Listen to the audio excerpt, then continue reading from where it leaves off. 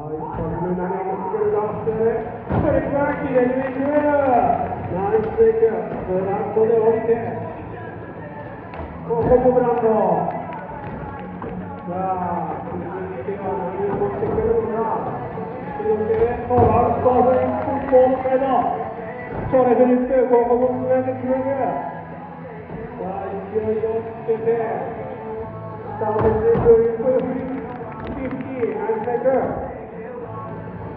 さあ、ダメ。ボードでボードで切れてきた残り30秒。さあ、つなぐ。こ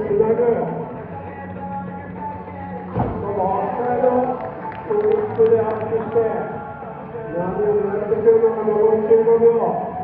そして60ボードサイド、ここも決めてきた。さあ、時間も残り少ない。フリップボード残り5秒。4、3、2、1。